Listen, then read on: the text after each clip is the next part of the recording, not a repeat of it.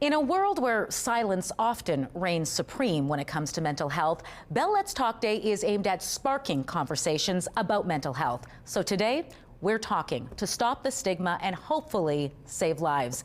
And one of the loudest voices in this conversation today is CTV National News correspondent Paul Hollingsworth.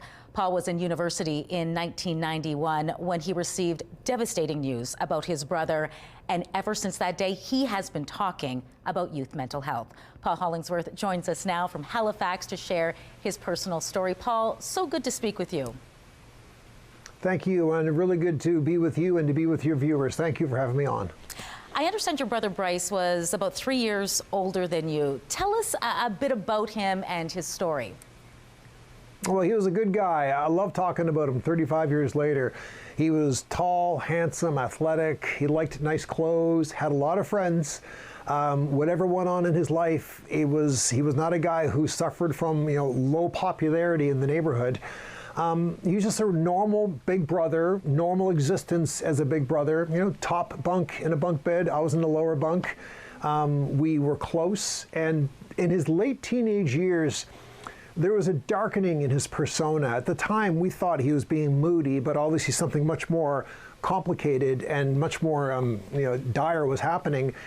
He started to withdraw from friendships. He started to make erratic decisions and engage in alcohol and drug abuse. And we took our eye off it. We didn't know how to handle it. We didn't know what to do. We were paralyzed. It was a very tough situation as a family to be in. And on December 16th, 1991, he took his own life. And because of that, my brother Bryce is 25 years old forever. I talk to him every day. I walk with him every day. I pray for him every day. He's with me every day. But he's also been gone for 35 years. It's a tragedy, but it's also a learning moment in life, and it's a moment to learn from that I take very seriously in my day-to-day life ever since. You talk about, learning from such a difficult experience. It's something a lot of us, unfortunately, today can relate to. Many families dealing with very similar situations. What do you say to those watching right now who may have someone in their lives also struggling like Bryce did with their mental health? Make the effort and don't stop. If you think you're trying hard, try harder. If they're resisting you outreaching to them, keep doing it. We don't get do-overs in life. We just don't. If I could go back in time, I would talk to my brother. I would get him the professional help he needs. It wasn't like that in 1991, but it is like that now in 2026.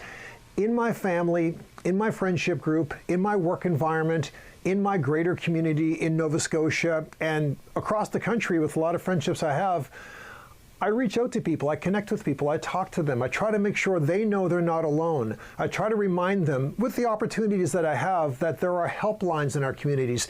There are teams of experts and volunteers and community organizations who are there to help.